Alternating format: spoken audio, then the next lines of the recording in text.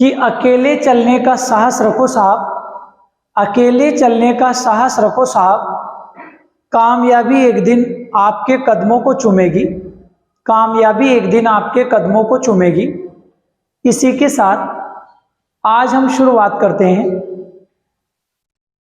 आचार्य रामचंद्र शुक्ल द्वारा जो पाठ लिखा गया है प्रेम घन की छाया स्मृति।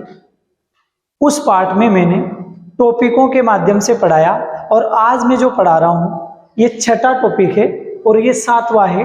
मात्र एक टॉपिक और पढ़ना है जिसमें पूरा पाठ आपका समाप्त हो जाएगा। ये समझ लीजिए मैंने छोटे छोटे टुकड़े करके पूरे पाठ को समझाने का प्रयास किया है। बहुत सारे स्टूडेंट के मन में आता है कि सर आपने पहले क्यों लिख दिया। पहले लिखने का एक कारण है टाइम। क्यों? क्योंकि मैं जो अच्छा लिखने का प्रयास करता हूं तो वो टाइम ज्यादा खींचता है और बच्चे कमेंट करते हैं कि सर हमें ज्यादा टाइम जो है हमारा वेस्ट ना हो, आप कम से कम समय में ज्यादा से ज्यादा चीजें दीजिए। तो उसका तो यही तरीका है। तो करते हैं शुरुआत। कहते हैं ना कि नींद कहां उनकी आंखों में जो उनके मतवाले हैं, गति की तृषा और बढ़ती जब पड़ते पग में छाले हैं। यदि आपकी मेहनत दमदार होगी तो आपको सफलता जरूर मिलेगी। कि जमाना साथ देना या दे तेरा, पर खुदा तेरा साथ जरूर देगा। इसी आशा के साथ मैं भी काम कर रहा हूं और इसी आशा के साथ आप भी पढ़ रहे हैं। तो मन लगा के पढ़िएगा और टॉपिकों को अच्छे से समझिएगा। यदि बोर्ड के प्रश्न पत्र में प्रश्न आ जाए कि लेखक का हिंदी साहित्य के प्रति झुकाव कैसे हुआ, समझाइए, तो आपको ये जो है ये समझ लीजिए पूरे नंबर देगा। और यदि प्रश्न आ जाए भारतेंदु जी के मकान के दर्शन लेखक को कहां हुए या किस प्रकार भारतेंदु जी ने किस प्रकार भारतेंदु जी के मकान के दर्शन शुक्ल जी को हुए, स्पष्ट कीजिए। तो भी आपको ये वाला लिखना है। अब समझिएगा कैसे। लेखक का हिंदी साहित्य के प्रति झुकाव, इससे पहले मैं 5 टॉपिक पढ़ा चुका था और ये आज छठा टॉपिक है।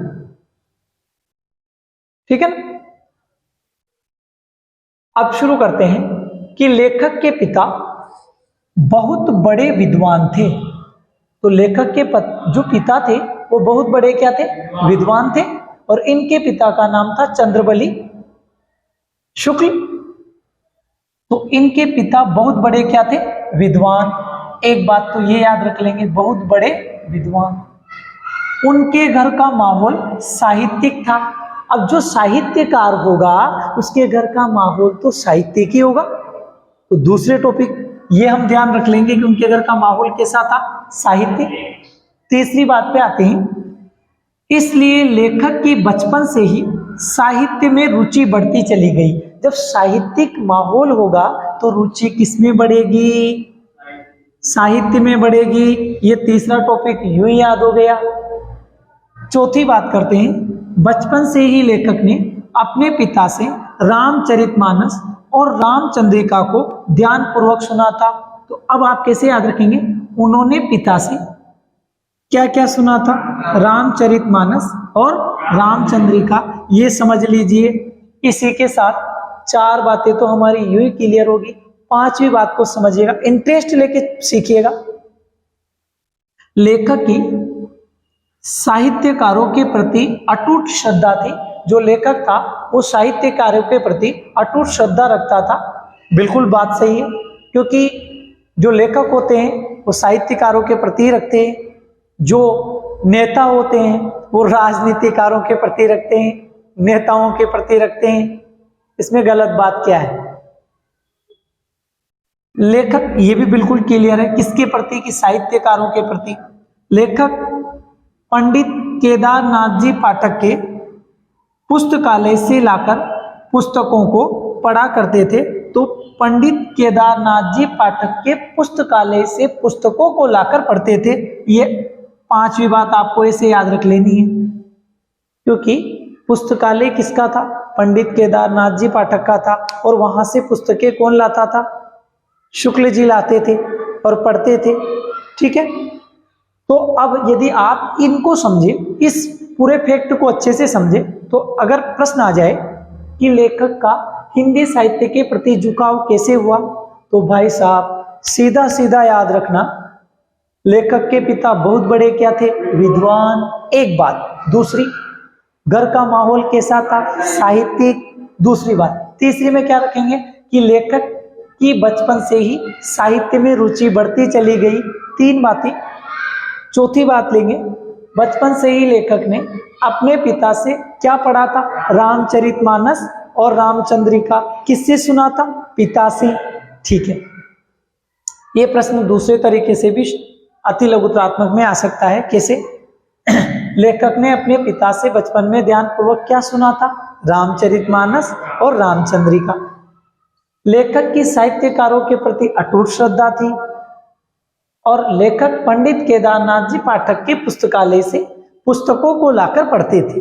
बिल्कुल सीधी बात। तो अगर आप ये से याद रखें कि विद्वान थे, साहित्यिक माहौल था, साहित्य में रुचि थी, उनके पिताजी से उन्होंने रामचरितमानस और रामचंद्रिका पढ़ी और साहित्यकारों के प्रति अटूट श्रद्धा थी, केदारनाथ जी पाठक के पुस्तकालय से पुस्तकें लाकर पढ़ते थे। तो ये समझ लीजिए, यदि आप इन टॉपिकों की सहायता से, इन लाइनों की सहायता से अगर पढ़े तो पूरा क्लियर हो जाएगा।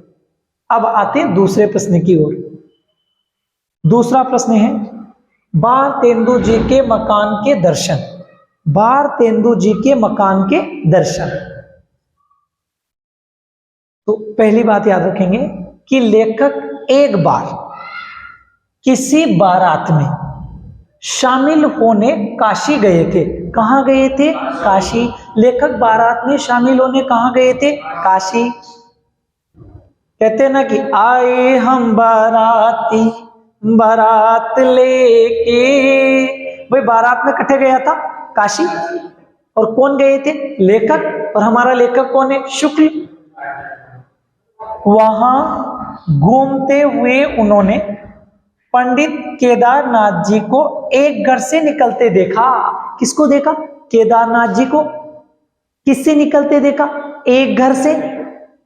और वो घर किसका था, बस यही तो उत्तर है। वो घर किसका था, यही तो उत्तर है। वो घर था भारतेंदु जी का। तब उन्हें पता चला कि ये मकान भारतेंदु जी का है। किसका है, भारतेंदु जी का। ये यहीं से याद रखना है, ये मकान किसका है, भारतेंदु जी का। तो शुक्ल जी बड़े प्रेम से उस मकान को देखने लगे। किसको देखने लगे, मकान को। अब तीसरी बात पे आते हैं। ये उत्सुकता देखकर पाठक जी बहुत खुश हुए और लेखक और उनके बीच अच्छी दोस्ती हो गई। किन किन के बीच, लेखक और पाठक जी के बीच। लेखक और पाठक जी के बीच अच्छी क्या हो गई, दोस्ती। अब हमने 2 प्रश्न नहीं, यूं समझ लीजिए कम से कम 5 प्रश्न सोल्व किए। कैसे, लेखक के घर पर कैसा माहौल था, साहित्यिक, एक प्रश्न। दूसरा कैसे तैयार किया, लेखक के पिताजी शाम के समय, संध्या के समय किस किस का पाठ करते थे, रामचरितमानस, रामचंद्रिका, 2 प्रश्न। तीसरा प्रश्न यदि देखें तो लेखक की किसके प्रति अटूट श्रद्धा थी, साहित्यकारों के प्रति, 3 प्रश्न। चौथा प्रश्न देखें तो हिंदी का पुस्तकालय किसने खोला था, पंडित केदारनाथ जी पाठक ने, है ना। इसके बाद यदि और प्रश्न देखें तो यहां से देखिएगा, लेखक एक बार बारात में शामिल होने कहां गए थे, काशी। काशी में उन्हें कौन मिले थे, कौन निकले थे घर से, तो पंडित केदारनाथ पाठक। किसके घर से निकले थे, भारतेंदु जी के घर से। इस प्रकार आप छोटे छोटे प्रश्नों के माध्यम से इन दोनों इंपॉर्टेंट प्रश्नों को आसानी से समझ सकते हैं। और ये 2 प्रश्न नहीं है, ये किताब के यूं समझ लीजिए आप, जो मैंने 8 बिंदु छांटे हैं। कितने बिंदु, 8। उन 8 बिंदुओं में सार है पूरे पाठ का।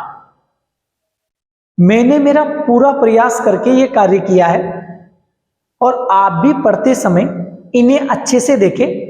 मैं आपको स्क्रीनशॉट लेने का समय दूंगा, उसमें स्क्रीनशॉट ले लें ताकि आप इन्हें अच्छे से उतार सकें।